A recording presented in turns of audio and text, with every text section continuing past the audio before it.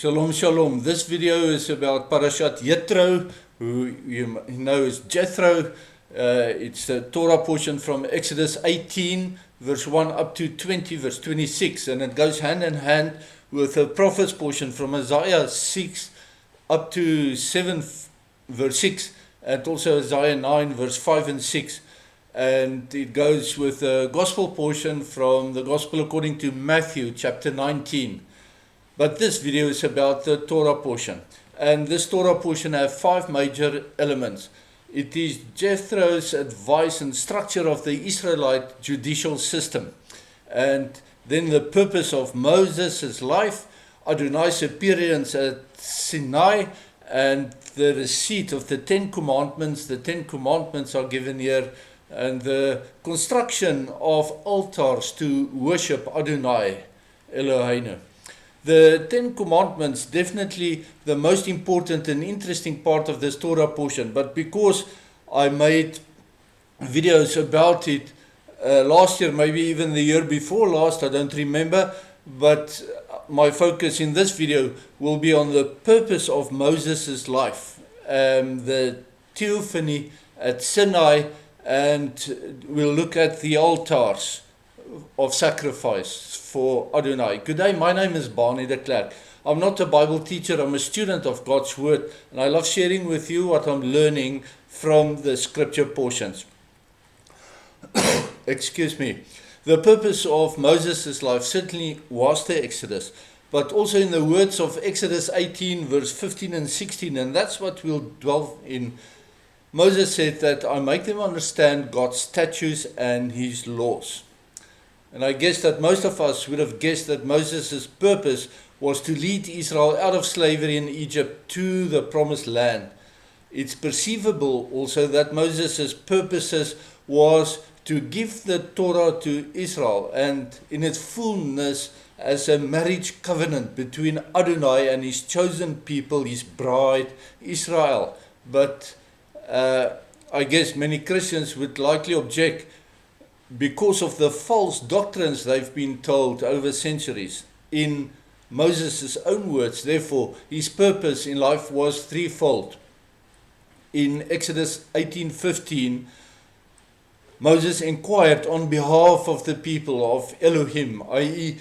Moses prayed to intercede on behalf of the people to Elohim. The short exegesis is that Moses served as a prototype Messiah, as the intermediary between Adonai and his people. And as we read of the fulfillment of Moses' action in the Gospel of John chapter 17, where Yeshua intercedes for his disciples in verses 6 to 19, and for all believers in verses 20 to 26. That's the first one, Moses as the intercessor, prototype of Messiah. In the second purpose of Moses' life is found in Exodus 18 verse 16, and the A part, the first sentence. Moses' purpose shifted in the simple Peshat reading to Moses the judge, as Moses judged matter for Israel, as judgment is a godly function. And this is why the Torah, the prophets, and the Gospels hammer on unrighteous judges on many occasions. In the short exegesis, Moses again served as a prototype Messiah of God, who will be, as the Messiah will be the ultimate judge, and noting that the name of Elohim even carries the meaning of judgment in it. And then thirdly, in Exodus 18 verse 16, in the B part of the verse, Moses' purpose shifted again to the role of a forerunner of the Messiah, in the Remes application and Dras extension, as well as one of the many roles of the Messiah himself in the short exegesis. In this purpose, Moses had to teach and explain the Torah to Israel. The spirit of Elijah, who went before the Messiah, and John the Baptizer did so, teach the Torah to Israel. And so did Yeshua himself constantly. but specifically to the disciples traveling to Emmaus in Luke 24 verse 27, and then to the rest of his disciples in Luke 24 verse 45.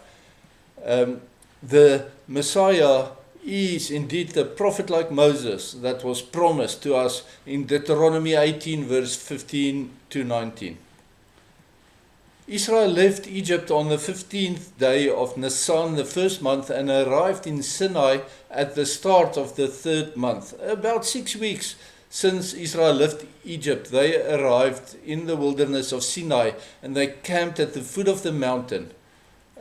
Mount Sinai, incidentally, you probably know this, but it's also known as Mount Horeb or Horef elsewhere in the Torah. Adonai called Moses to the top of the mountain to confirm his covenant with Israel to be a priestly kingdom and a holy nation unto him. And you can read that in Exodus 19 verse 6, but also in the book of Revelation, chapter 5 verse 10. And in the Torah portion, the elders of Israel confirmed, accepted this covenant.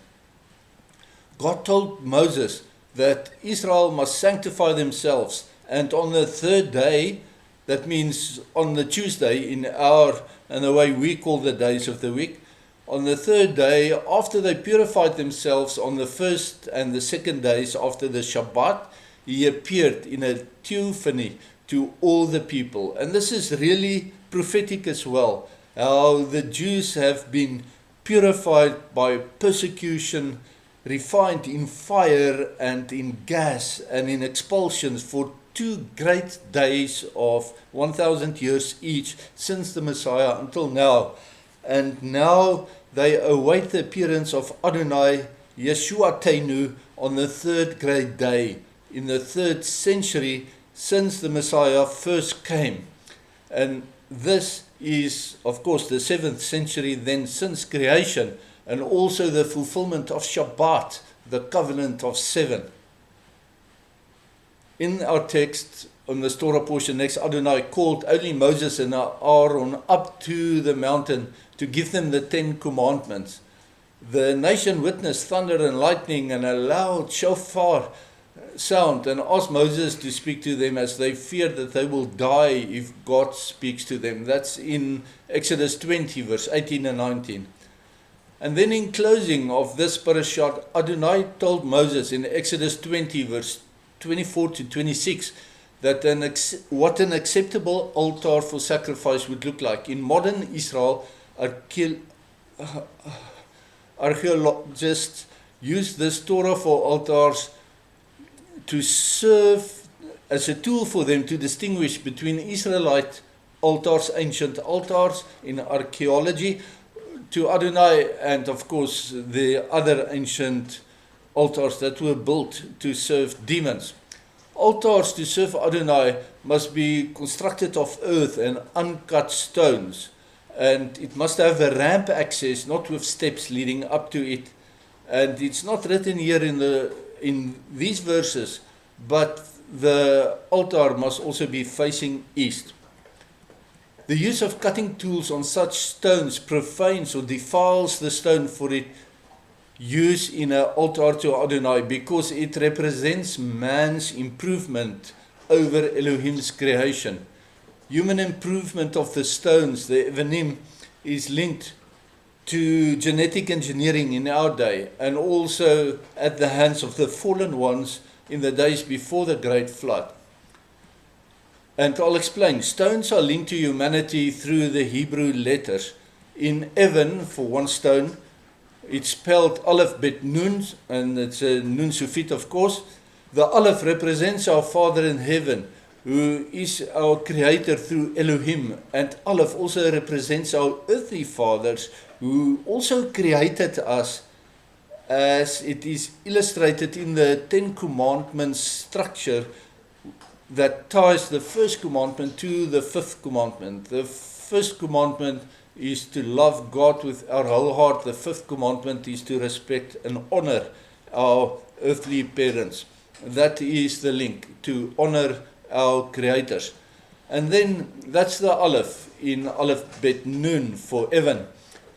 Bet Nun spells together, those two letters spells Ben, meaning the son of the father. Remember, first letter Aleph represents the father, and Ben, the son of the father, comes behind, meaning, and the meaning goes from the Son of God to being the child of your earthly father. Again, taking the meaning and the matrix structure from the Ten Commandments, linking the first and the fifth commandments together. Children who are genetically modified are cut stones, and they will not do in Adonai's kingdom, because they are and or will be defiled by the cutting tools. That's things like the CRISPR technology, gene editing technology. And I do think, honestly, that the same applies also to mRNA vaccine technology.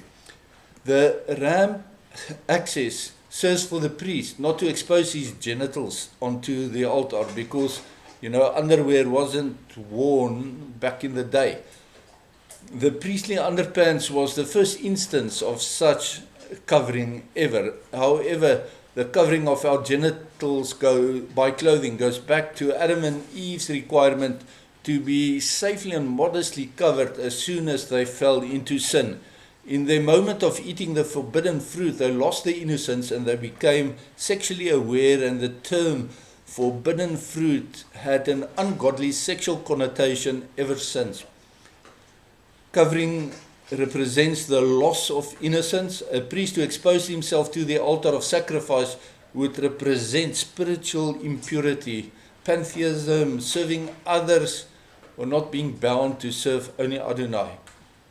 Several Bible verses, including Matthew 24, verse 27, indicate that Adonai will come from the east. And whilst it specifically refers to the returning Messiah as the King of Kings in his coming to the Mount of Olives, directly east of the temple complex, and then entering into the city or into the temple complex through the eastern gate, altars unto Adonai reflect these prophecies. And in bringing the sacrifice, the priest in the days of the tabernacle and the temples, the priest representing the Messiah, bringing a sacrifice, ascended the altar from the east. And that is also why the Exodus tabernacle always faced east, and why the first and the second holy temples in Jerusalem also faced east. Historically, it was the reason why graves and graveyards also face east, but that is not adhered to anymore in our day. The reason for graves to face east is to see the Messiah when the dead are raised first. Whilst the Torah does not explicitly mention the access ramp for the altar that it must face east, it is covered in the prophets by Ezekiel 43 verse 17 regarding the future temple that will be built on the Temple Mount. And in that, the instruction is specifically the temple must face east, welcoming the Messiah, the Prince of Peace.